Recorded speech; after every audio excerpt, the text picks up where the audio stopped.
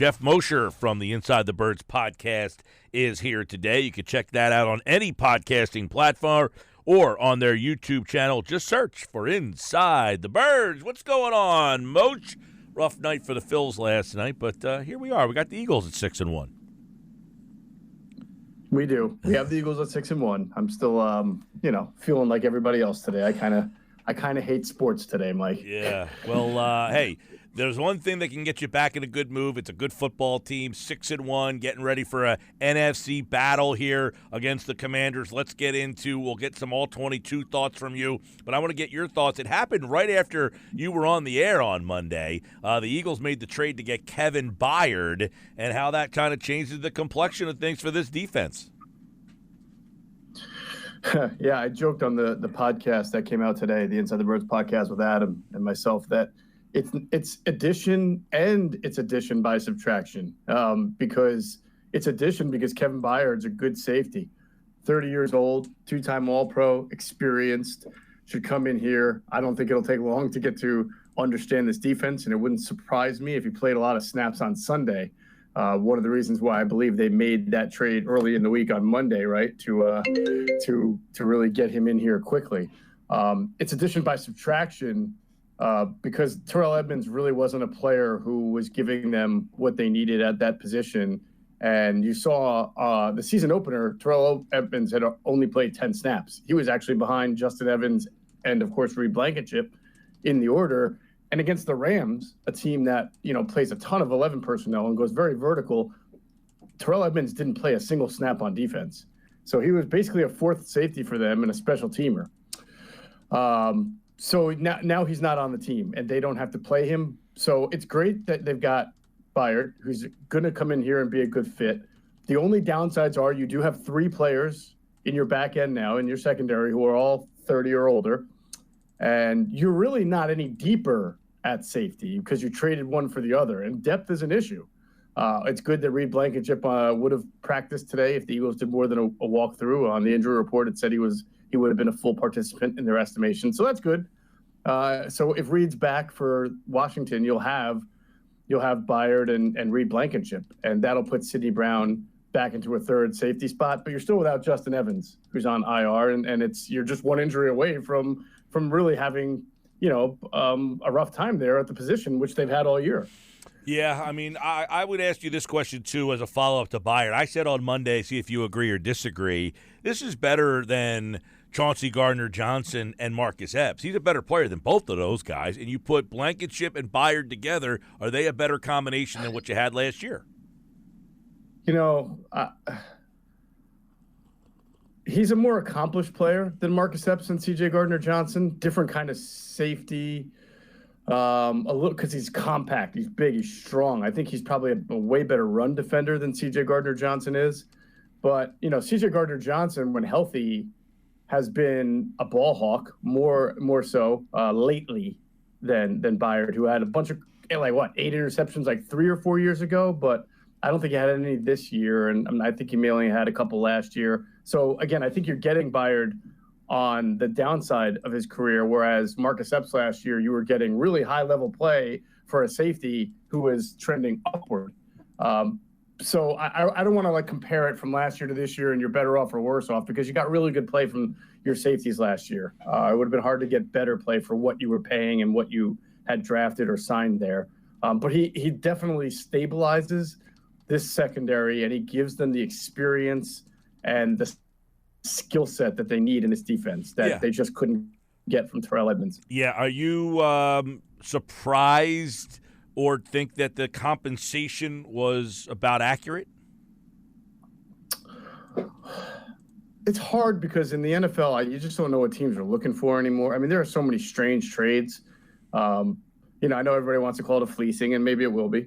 We'll see.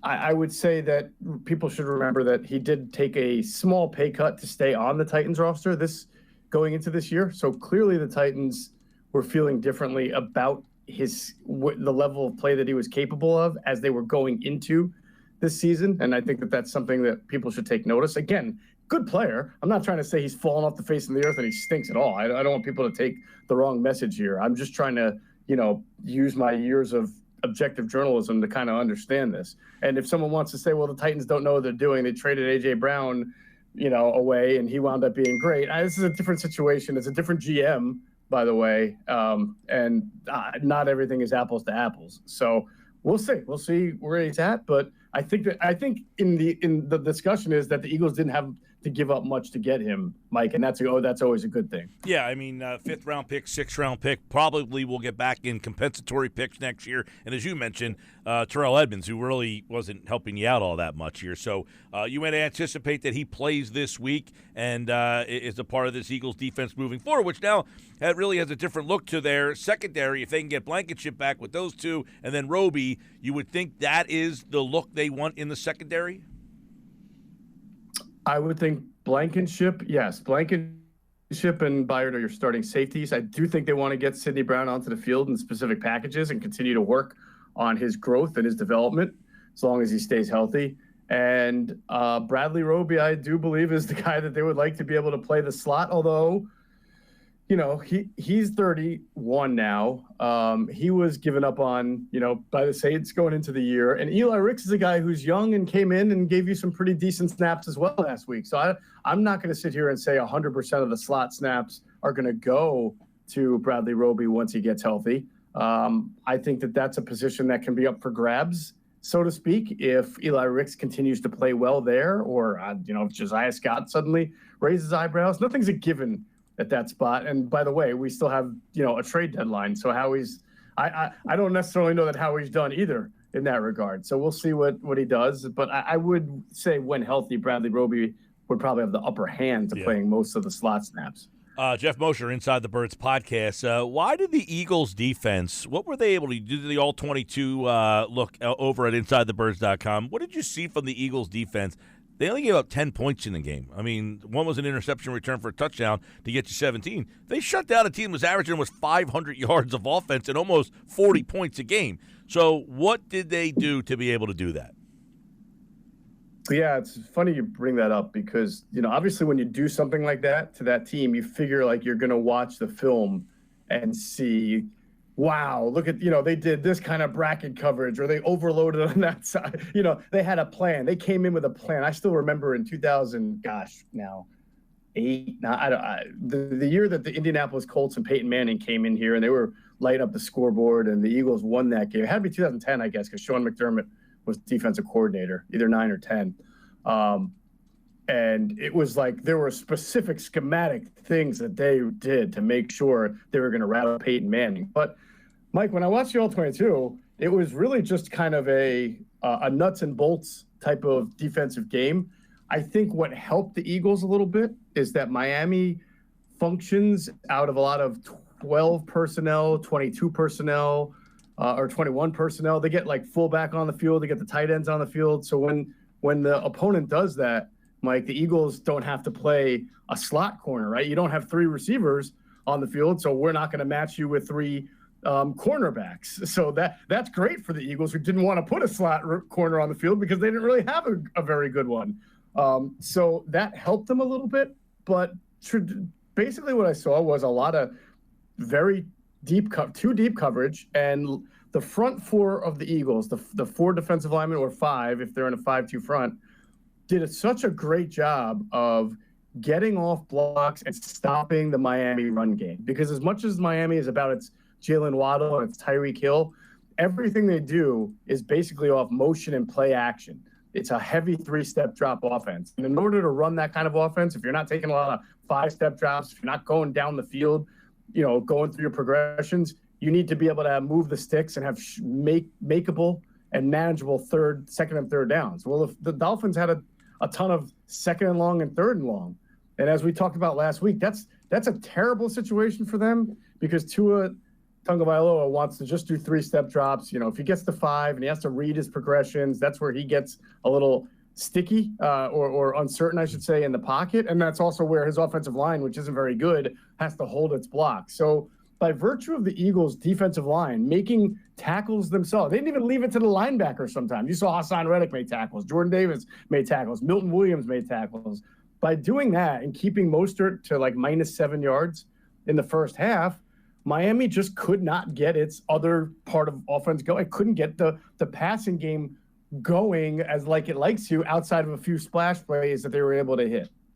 Yeah, it seemed that Hill had 11 catches, but only 88 yards. They were able to kind of keep the big play. He did score the touchdown, but they were able to keep him in front, and that's with a kind of a banged up secondary. I thought that was something to kind of really take from that game is they found a way to keep Hill in front of them with a banged up secondary. To me, that says that this defense is starting to find their way a little bit, and Sean Desai is starting to find his way a little bit as the play caller. Yeah, well, I mean, there were a lot of snaps where they were playing their safeties in Ventnor. I mean, it would have been hard. It would have been really hard for Tua to beat them over the top doing that, which is why even a lot of the bigger gains, as you're mentioning, from Hill and Waddle were like deep crossers. And the one that Tyreek Hill dropped in the third quarter, which would have probably been a touchdown if he didn't, was him breaking – like splitting those two deep safeties right across the middle, catching it. And then it's almost like he's too fast sometimes for his own good, right? Because he catches the ball as he's running in stride and he almost like cradles it like a baby. And the next thing it's going out of the end zone because that's how fast he is. But those were the types of plays they were able to strike mostly on. And then their one over the top was because, well, I just mentioned his name before. Terrell Edmonds did not understand the assignment there, or at least carry it out very well as far as bracket coverage. Yeah. And look, up front, you talk about what Reddick and Sweat and then Carter and Jordan Davis. I mean, that group, those four guys, I mean, the other guys too, I mean, you got the rotation of players, but they seemingly just – and look, it's frustrating the games that they don't get pressure, because when they don't get pressure, bad things happen or big plays happen or you lose. But when they get pressure, my gosh, it's just a difference maker. And you see the 1 week to the next week when Carter was in the lineup to when he wasn't in the lineup. And this week against the Commanders, I mean, I don't know how they're – after watching the Commanders last week, now I know whatever happens 1 week, you put that in a box, you file it away. But if their offensive line looks anything like it looked against the Giants, they're going to have a 9-sack Carson Wentz type of day down there.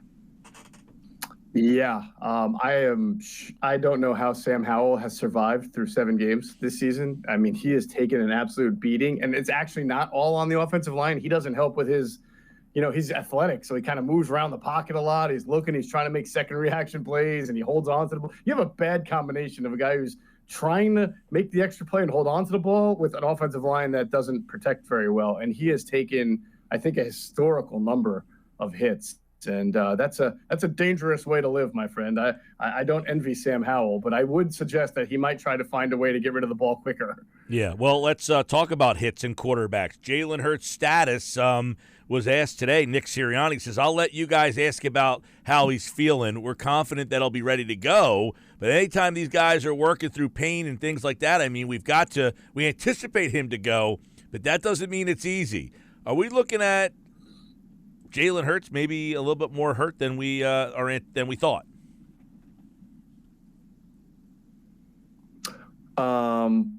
Possibly.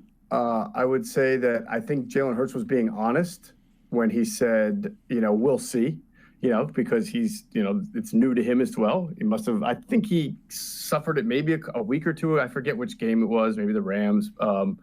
But, sort of like last year, everybody wondered if he was going to be good for the playoffs because of the injury he was coming back from, the collarbone and all this. And then he went out and was, had the best stat line in the Super Bowl for a loser that you'll ever see. I mean, he was amazing in the Super Bowl. So the one thing I think is a question mark is sort of his running, which just hasn't been as dynamic this year. But the guy threw for 280 yards and couple touchdowns, completed 75% of his passes against the Dolphins, who had a pretty good defense and a good defensive front. Yeah. So I'm not that worried about it. I just think that he's not as dynamic and as elusive as a runner as he used to be. Yeah, obviously there was that one play where he looked like he was really laboring, and then after that it was you were like, maybe something kind of happened to him there. Then at halftime he comes with the brace, so it's like, did something happen in the game, or as you said, was it something before and he thought he could kind of play through it? And is this going to be something that lingers, some of these guys have like MCLs and they can play through it, but you're not the same. You're hoping it's not something like that where he is compromised all season and then but can play through it. Yeah, well, just like him last year, and remember Josh Allen had the elbow last year. Everybody thought, oh man, he's got the UCL tear. It's really going to impact him. And then he went out and had a Josh Allen year. So I put Jalen Hurts in the category of, unless he's, his arm is falling off or his leg is falling off, he's probably going to go out there and give you a pretty good level of production. You do have to worry about the turnovers. They've just been more prevalent this year. I don't think that's injury related, but maybe it is a little bit. He's got to protect the ball better this year than he has so far. But as far as just being able to make the throws and orchestrate the offense, I think we saw enough in that second half to say, hey, even if he's wearing a brace, he's pretty good. He still can do it. He can. And by the way, he's pretty good because A.J. Brown's pretty good. He's having an epic season, man. Are they using him differently? No, I don't think so. Maybe targeting him a little bit more. I mean, he's had a ton of targets. But I don't think, when I watch the routes, I mean, the digs, the deep crossers, they get him the ball in the same way. Against the Dolphins, they were beat up in the secondary, so they played off, and you saw a lot of pitch and catch type throws. But the one he made to basically call the game at the end, that's just A.J. Brown being A.J. Brown, right? Like, the ball's in the air. You have no idea who's going to get it. You're not even sure who has it until everybody stands up and you see that he's got the ball in his hand. He's just tremendous at that. Yeah, he's had an unbelievable year. 125 yards or more, 5 straight games now is absolutely. And by the way, people starting to take more notice, talking about him MVP conversation. I don't know that you're going to get a wide receiver in the MVP thing, but is he a guy right now you got to think about? If he stays at this pace, 125 yards or more every single game, that would be pretty big. Got Washington in town. Excuse me, you're going down there this week. And, of course, you can hear the game right here on 97.3 ESPN. You can check out the Inside the Birds podcast on all podcasting platforms and on their YouTube channel. Just search Inside the Birds. Geoff Mosher, thanks, buddy. You got it, Mike. Take care. All right, Mosher's back next week. The Inside the Birds crew is here for Football at 4 all week long.